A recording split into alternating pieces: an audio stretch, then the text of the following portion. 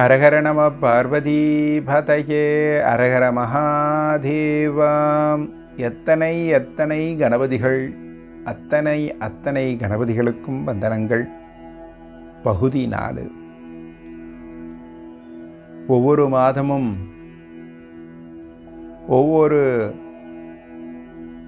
ஒவ்வொரு 8 கணபதிகளையும் நாம் தரிசனம் பண்ணிட்டு வரோம் இந்த பகுதியில்.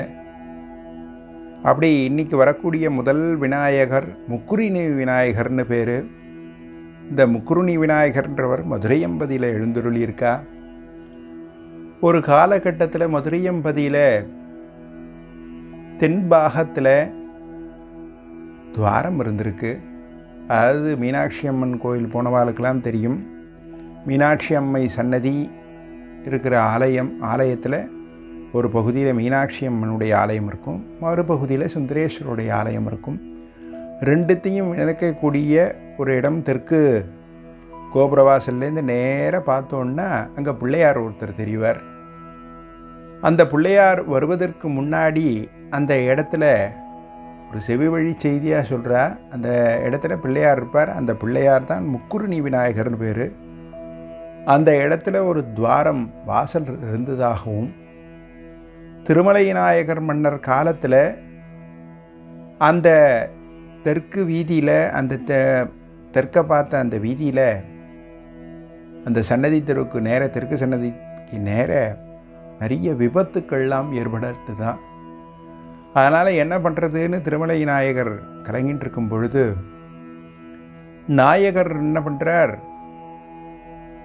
தெப்பக்குளம்னு சொல்லக்கூடிய பகுதியில் ஒரு அழகிய குளம் வெட்டுறா, பெரிய குளமாக வெட்டுறா திருமலை நாயகன் மன்னர். அந்த குளத்தில் ஒரு பிள்ளையார் கிடைக்கிறார். அந்த பிள்ளையாரை எடுத்துன்னு வந்து இந்த தென்பாகத்தில் இருக்கிற சன்னதியை மூடி அந்த இடத்துல அந்த பிள்ளையாரை வச்சதாக செவிவழி செய்தியாக சொல்கிறா. அந்த விநாயகர் வந்து முக்குருணி விநாயகர்னு பேர். 8 அடி உயரம் இருப்பா, மிகப்பெரிய பிரம்மாண்டமாக இருப்பா, விசேஷமான கணபதி. இவருக்கு வருஷத்தில் ஒரு நாள் பெரிய கொழுக்கட்டை சமைச்சு நிவேதனம் பண்ணுவா.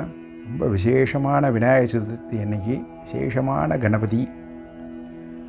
அடுத்து நாம் பார்க்கக்கூடியது விஷம் தீர்த்த கணபதி, விடம் தீர்த்த பிள்ளையார்னு பேர். திருமருகல்ன்ற க்ஷேத்திரத்தில் இருக்கா. இந்த திருமருகல் க்ஷேத்திரத்தில் ஞானசம்பந்த பெருமான் எழுந்தருளார். ஞானசம்பந்த பெருமான் திருமருகல் வரும்பொழுது ஒரு இடத்துல தங்கியிருக்கா. அப்போது ஒரு பெண் அழற சத்தம் கேட்குறது. உடனே யார் அழறா போய் பாரு, அந்த எந்த பெண்ணுக்கு என்ன துயர் ஏற்பட்டதுன்னு கேட்குறார். அடியவர்கள்லாம் வந்து சொல்கிறா, பக்கத்தில் ஒருத்தர் இறைவன்கிட்ட போன சரீரம் ஒன்று கிடக்கிறது, ஒரு ஆண் சரீரம். பக்கத்தில் அந்த பெண் அழுதுன்னு இருக்கா.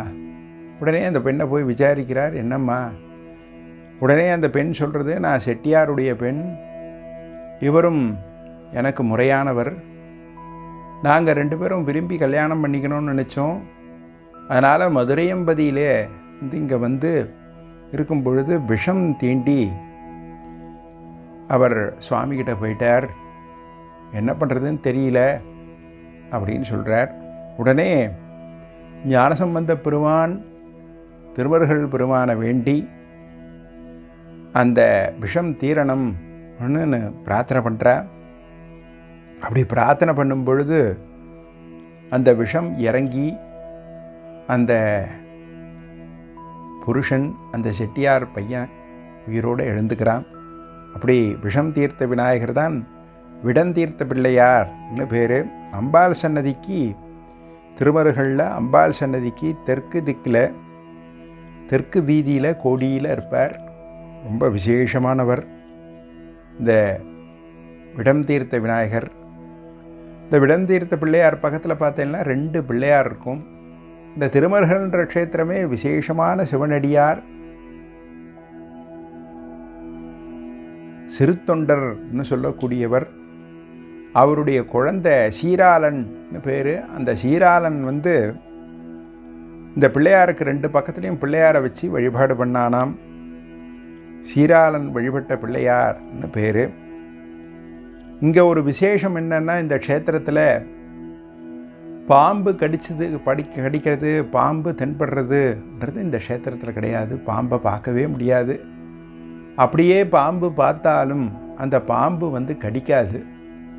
அப்படி கடித்தாலும் யாரும் இறக்க மாட்டா. அப்படி ஒரு விசேஷ வைபவம், விசேஷமான சக்தியுடைய இடம் இந்த இடம். அடுத்து நாம் 3ஆவதாக பார்க்கக்கூடியவர் வாதாபி கணபதி அப்படின்னு பேர். இவர் திருச்செங்காட்டாங்குடின்னு திருமருகல் பக்கத்தில் இருக்கக்கூடிய க்ஷேத்திரத்தில் எழுந்தருளி இருக்கக்கூடியவர். பல்லவராஜா உடைய தளபதியாக பரஞ்சோதின்னு ஒருத்தர் இருந்தார். இந்த பரஞ்சோதி ஆஷிண்டு பல்லவ மன்னன் நரசிம்ம பல்லவன்னு பேர் அவருக்கு. அவர் என்ன பண்ணுறார், வாதாபியை நோக்கி படையெடுக்கிறார்.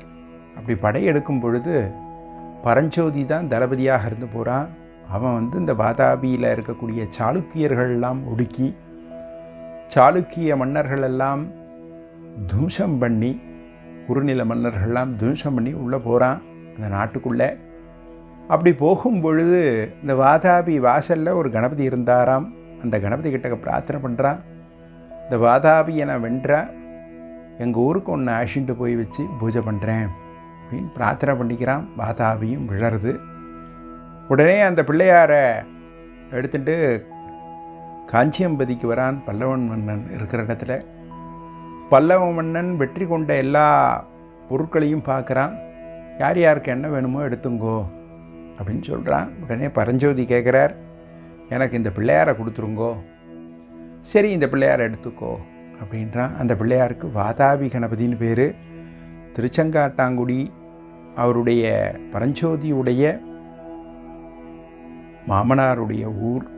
அந்த ஊரில் எடுத்துன்னு இந்த பிள்ளையாரை பிரதிஷ்டை பண்ணுறா. அவருடைய மடம், அவர் பின்னால் சிறு தொண்டர் என்ற பெயரோட சிவநாமம் தாங்கி சிவ அடியார்களுக்கு வேண்டியதெல்லாம் செஞ்சுட்டு விசேஷமாக அங்கே வாசம் பண்ண அடியவர். அடுத்து 4ஆவதாக நாம் பார்க்கக்கூடிய சுவாமி மங்கள விநாயகர்னு பேர். இவர் திருச்செங்காட்டாங்குடியிலே இருக்கார். இந்த திருச்செங்காட்டாங்குடின்றது திருவாரூர் திருமருகல் சாலையில் இருக்கக்கூடிய க்ஷேத்திரம், விசேஷமான க்ஷேத்திரம். சுவாமி பேர் பசுபதீஸ்வரர்னு பேர், அத்திவனநாதர்னு பேர், பாஸ்கரீஸ்வரர்னு பேர். ரொம்ப விசேஷமானவர் இந்த சுவாமி. இந்த சுவாமிக்கு மந்திரபுரீஸ்வரர்னு பேரும் உண்டு. இந்த இடத்துக்கு கணபதீச்சரம்னு பேர் உண்டு. கயமுகாசுரனை கணபதி ஒடுக்கிறார். அந்த கயமுகாசுரனுடைய ரத்தமெல்லாம் அந்த இடத்துல பாஞ்சு ஓடுறது, அவனை ஒடுக்கிறார். அப்படி ஒடுக்கிறதுனால அந்த பழி தீரணும்னு கணபதி சுவாமியை பூஜை பண்ணதான். அப்படி கணபதி பூஜை பண்ணதுனால இந்த ஊருக்கு கணபதீச்சரம்னு ஒரு பேர் உண்டு, அத்திவனம்னு ஒரு பேர் உண்டு, மந்திரபுரின்னு ஒரு பேர் உண்டு, பாஸ்கர புரீஷம் என்ற ஒரு பேர் உண்டு. விசேஷமான க்ஷேத்திரம். இந்த க்ஷேத்திரத்தில் மங்கள விநாயகராக கணபதி எழுந்தருளி இருக்கார். என்ன ஒரு விசேஷம்னா, இந்த ஊரை சுற்றி இந்த திருச்செங்காட்டாங்குடியை சுற்றி 4 வீதிகள்லையும் 4 வீதிகள் முனையில் 4 வீதிகளும் 4 பிள்ளையாராக இந்த மங்கள விநாயகர் அருளாசி வழங்கின்றிருக்கார். கிழக்கு வீதியில் வேண்டும் விநாயகர்னு ஒரு விநாயகர். அவர் என்னென்ன வேண்டின்றாலும் எல்லாத்தையும் கொடுக்கக்கூடியவராக அருள் பாலிச்சுருக்கார். 5ஆவதாக நாம் பார்க்கக்கூடிய விநாயகர் துணை இருந்த விநாயகர்னு பேர். திருப்பனையூர்னு ஒரு க்ஷேத்திரம். பேரளம் திருவாரூர் சாலையில் இந்த க்ஷேத்திரம் உள்ளது. ரொம்ப விசேஷமானது. தலவனம்னு பேர். தலம்னா பனைமரம், பனைமரங்கள்லாம் நிறைஞ்ச ஊர் இந்த ஊர். இங்கே இருக்கக்கூடிய பெருமானுக்கு சௌந்தரேஸ்வரர்னு ஒரு சிறப்பு பெயர் உண்டு, ரொம்ப விசேஷமானது. இங்கே இருக்கக்கூடிய பிள்ளையார் துணை இருந்த விநாயகர்னு பேர். சோழ பேரரசில் நிறைய பங்காளி சண்டைகள்லாம் உண்டு, தாயாதி சண்டைகள்லாம் உண்டு. அது மாதிரி இருக்கும் பொழுது கரிகார சோழன் குழந்தையாக இருக்கும் பொழுதே அவருடைய தந்தையார் சுவாமி இடத்துல போயிடுறார். தந்தையை இழந்த கரிகார சோழனை எப்படியாவது அழிச்சிடணும், அந்த குழந்தைய அழிச்சிட்டோன்னா நாம் வாரிசாக உட்காந்துக்கலாம் சொல்லி இந்த பங்காளிகள்லாம் சேர்ந்து கரிகார சோழனுக்கு உபத்திரம் பண்ணணும்னு நினைக்கிறா. அப்போது கரிகார சோழனுடைய மாமா இரும்பிடந்தலையார்னு பேர். இவர் ஒரு புலவர். இவர் என்ன பண்ணுறார், அரசியாரையும் இந்த குழந்தை கரிகார சோழனையும் இந்த திருப்பனையூருக்கு அனுப்பிச்சி விட்றா. அப்போ அரசி என்ன பண்ணுறா, அங்கே இருக்கக்கூடிய பிள்ளையார்கிட்ட போய் பிரார்த்தனை பண்ணுறா. ஏ பிள்ளையாரப்பா, ஏ விநாயகரே, நீ தான் என் குழந்தைக்கு பாதுகாவலனாக இருக்கணும், துணையாக இருக்கணும். இந்த குழந்தைய நல்லபடியாக வளர்த்து இந்த குழந்தைய இந்த நாட்டை அரசாள்றதுக்கு நீ உதவி பண்ணணும் அப்படின்னு பிரார்த்தனை பண்ணுறா. உடனே அந்த கணபதி அந்த குழந்தைக்கு துணையாக இருந்தாராம். கரிகார சோழன் வளர்கிற வரைக்கும் அந்த விநாயகர் துணையாக இருந்ததுனால அந்த பிள்ளையாருக்கு பேரே துணை இருந்த விநாயகர்னு பேர். அடுத்து நாம் பார்க்கக்கூடிய விநாயகர் 6வது விநாயகர் படிக்காசு விநாயகர்னு பேர். இவர் திருவீழிமிழலை என்ற க்ஷேத்திரத்தில் எழுந்தருளி இருக்கார். மிழலை செடிகள்லாம் நிறைய இருக்கிறதுனால திருவீழிமிழலைன்னு பேர் இந்த இடத்துல. இங்கே திருஞான சம்பந்த பெருமானும் திருநாவுக்கரசு சுவாமிகளும் வரா. ஊரில் வந்தால் ஒரே பஞ்சம், எங்கே பார்த்தாலும் பஞ்சமாக இருக்குது. சிவனடியார்கள்லாம் கஷ்டப்படுறா, தகுந்த ஆகாரங்கள் கிடைக்கல, எல்லாரும் சிரமப்படுறா. உடனே ஞானசம்பந்த பெருமானும் அப்பரடிகளும் திருநாவுக்கரசு சுவாமிகளும் பெருமாண்டத்தில் போய் முறையிடுறா. விழிமிழலை நாதர்கிட்ட போய் காசு தரணும் சொல்லி பாட்டு பாடுறா. உடனே பெருமான் கிழக்கு புறத்தில் இருக்கக்கூடிய பலிபீடத்து மேலேயும் மேற்கு புறம் இருக்கக்கூடிய பலிபீடத்து மேலேயும் காசு தரா. பாசி தீரவே காசு தாருவீர் அப்படின்னு பாடக்கூடிய பதிகம். பூதகணங்களை அமைச்சு அங்கே பொற்காசுகள் தரா. அப்படி மேற்கு பலிபீடத்துக்கிட்டக்க எழுந்துள்ள இருக்கக்கூடியவர் தான் படிக்காசு விநாயகர்னு பேர். 7வதாக நாம் பார்க்கக்கூடிய விநாயகர் ஆதி விநாயகர்னு பேர். இவர் சிதலபதி என்ற க்ஷேத்திரத்தில் எழுந்திருக்கக்கூடியவர். திலதர்ப்பணபுரின்னு பேர் இந்த ஊருக்கு. திருவாரூர் மயிலாடுதுறை பக்கத்தில் பூந்தோட்டம் போகாமல் அதுக்கு பக்கத்துலேயே அரிசலம் ஆறுன்னு சொல்லக்கூடிய அந்த ஆற்றங்கரை ஓரம் இந்த க்ஷேத்திரம் இருக்குது. இந்த பிள்ளையாருக்கு என்ன ஒரு விசேஷம்னு சொல்லி சொன்னோன்னா, தும்பிக்கையோடு இருக்க மாட்டார், குழந்தை முகத்தோடு இருப்பார். இடது காலை மடிச்சுட்டு வலது காலை தொங்க போட்டுருப்பா. இடது கை இடது கால் மேலே ஊன்றிருக்கும். வலது கை அபயாஸ்தத்தோட ஒரு அழகிய தோற்றத்தோட ஆதி விநாயகராக அனுகிரகம் பண்ணுறார்.